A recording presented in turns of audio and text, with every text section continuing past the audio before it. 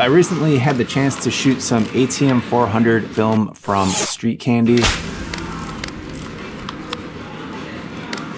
They sent me this film to try it out and just give them some general feedback on it. We tested this out in my favorite coffee shop down in Milwaukee. However, I did not intend to shoot this in the coffee shop, but I'll get into that in a minute. First, let's dive into this film just a bit. Now, it's my understanding that this film was used in old ATM surveillance cameras that Street Candy has re-spooled onto 35mm, into 35mm cassettes. Now, according to their website, this says from surveillance to 35mm film. Before becoming an excellent film for street photography, Street Candy ATM400 was found inside ATMs, banks, or other sensible locations to fight crime against humanity. Since it's been retired from a glorious security career, we gave it a new purpose and can now enjoy the unique character of this emulsion in your favorite 35mm camera. So super interesting, and I'm just intrigued by the whole story. And then it goes on to say it will deliver beautiful contrast while maintaining rich details throughout its wide dynamic range. Being a 400 ISO film, it's easy to shoot, forgiving, and it's becoming the go-to film for many photographers. Comes in 36 exposures, hand-rolled and a recycled, which is kind of cool, 135 film canister, and now packed in a brand new recycled cardboard film box. Again, kind of cool. And the pictures on their website are really nice. So I was intrigued when they reached out. I had never heard of this film before, and I'm glad that they did, and I'm glad I got a chance to test it. The first thing that came to my mind when like old surveillance, grainier footage was lith printing. And I did do some lith prints, and I will get to those at the end of the video. Okay, so we were traveling down through Milwaukee into Illinois for a family function, and the weather was supposed to be really nice, and I was going to shoot these at the port of Milwaukee and thought that, it's kind of an industrial location and it might fit the film really well, that gritty kind of surveillance-y look, right? And on top of that, I was trying to teach Avery some more about video, as she's been trying to get more jobs and trying to earn some cash. And so I wanted to teach her things, locked off shots and some other video stuff. And unfortunately, the weather was super rainy. Like I said, it was supposed to be sunny. However, I always stop for coffee when I go through Milwaukee at my favorite coffee shop, which is Rochambo. They truly have the best coffee, and the vibe is just amazing. Brian, the barista there, I can't say enough. Every time I walk in, he's just the nicest guy, and I finally got a chance to talk to him a little bit more. And that came about because we were standing in line just to get coffee, and Avery had come in with me, and she's looking around the coffee shop saying, "Dad, why don't we shoot the pictures in here? Why don't we test the film in here?" She's like, "This place is like really neat," and I thought that's a really good idea. I'm coming, I'm sorry, I'm very slow. Oh, that's cool. I like it in here. So we got up to buy our coffee, and I asked, and Brian was so nice and super cool about it. He even said, "Hey, go check out the upstairs," and I didn't even know they had an upstairs. Like I said, he's just a really cool guy. Every time I've ever come in there, he's smiling and just the friendliest, best vibes of any barista, and yeah, cool guy. And that brings me to a point about this film. I really love the story behind it.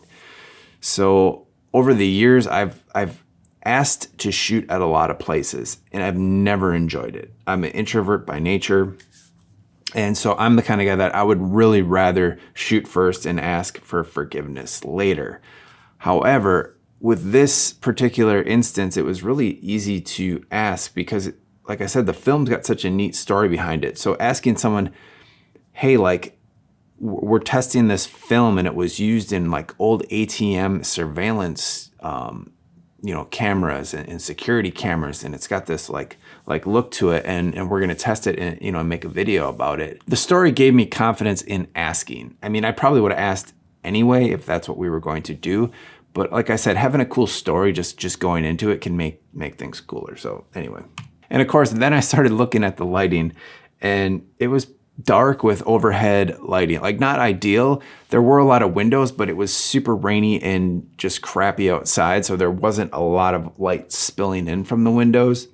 And on top of that, it's just not what I had planned for. Now, I had my Canonette to shoot this film with because I really wanted to pack light. The lens on that does open up pretty wide to like 1.7, and I ended up having to shoot everything inside at 1/30th of a second at f1.7 wide open. Now, I love coffee, so like 1/30th of a second is questionable for me uncaffeinated, but in a coffee shop, that could potentially be problematic. Luckily, this is a rangefinder camera, and most of the static shots that I shot were pretty solid. So I think overall it worked out about as good as it could have. Can I have the stickers? You want the stickers? Yeah, I want the stickers. Yeah, you can have the stickers. Oh, that's cool. 2 rolls of Street Candy ATM400, recycled containers too. Oh, that's So cool. yeah, it's 36. That's cool. That's probably my favorite film I've ever seen. Is that? Yeah, because it's usually like green or yellow, but no, it's pink and black and white. The Kodak and the Ilford, Hey, right? I have to narrate the design.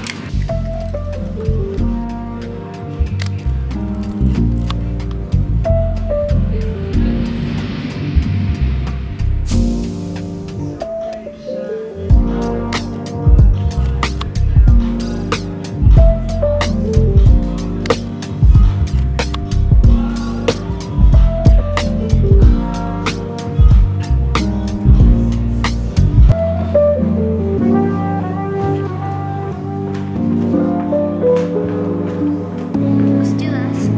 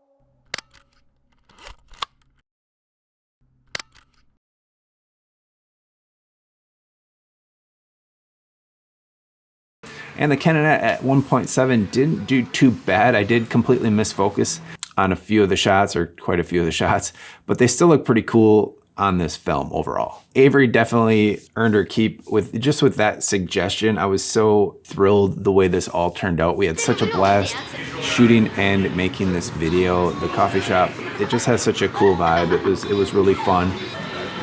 I'm not very good at smiling. You do good at smiling. It's hard to smile. It's hard to force. It's hard to. Yeah, it's like I only smile when I'm like happy. Well, like I'm happy, but like you know what I mean.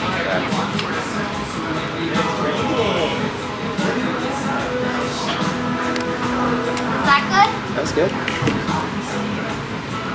It's a little bit easier here though, because I actually want to like. Are you videoing this? I wouldn't do that. Yeah, we're videoing. We're always rolling. Alright, put that part in. Put that part in that I did. No, put that part in that I didn't even notice you were I will videoing. put that in. Yeah, put that in. Put that in. You grab your tea. Okay. I really hope we didn't pester Brian and the patrons of the shop too much. We tried kind of staying out of their way, but He was awesome putting up with our shenanigans as we ran around and did our thing. So if you are in Milwaukee and you want the best cup of coffee, definitely go to Rochambo. It's on Brady Street on the east side of Milwaukee. You will not be disappointed. So thoughts on this film. So I shot it at ISO 400, like I said, and I developed it in Ectal 1:1 for 12 minutes at 21 degrees Celsius. And I used Ectal to try and get as much shadow detail as I could out of it. My feeling was, like I said, I didn't want to push this film. I didn't really know it very well, even though it says you can. I generally don't, I would say don't trust pushing film. I don't like losing shadow detail when I want to go in and print them. Now, I feel like after looking at the film and working with it, I feel like I should have developed it longer and gave it more exposure. The negatives were definitely a bit thin. And I'm pretty sure this is just the fact that, I mean, if this was made for ATM surveillance cameras back in the day, like this film has to be, I'm assuming like old new stock, but it still has to be fairly old. So there was some fog on the film, like not enough to, like the pictures still turned out good, but I'm pretty sure there was a loss of speed because of that and a little bit of dichroic fog on there. So I think for me, printing these in the darkroom, or if you want a lot of shadow detail, I think going to ISO 200 or more exposure, and then I would have developed it longer as well. It worked out due to the nature of the higher contrast lights in the images inside the coffee shop. And honestly, it actually made them a little bit easier to print the highlights with details, especially in the lift prints. Now, the film definitely has interesting character. It's different than most films that I've shot. It is fairly grainy, but the grain is nice and it does have a decent contrast. Like I said, I wish I would have boosted it more through development. The one thing I didn't care for is it has a very thin film base and it dries really curly, almost like some of the Foma films. I don't remember which ones. I think some of them in like 120 or the Arista films, when you dry them, they just curl up if you don't weight them. Not a deal breaker by any means. I would have to say it's very cool to see new analog products coming out. It's a very fun film to shoot. And what I love most about the film is like I said, the story. I mean, I didn't even know they had such a thing as surveillance black and white film. I guess I never thought about it.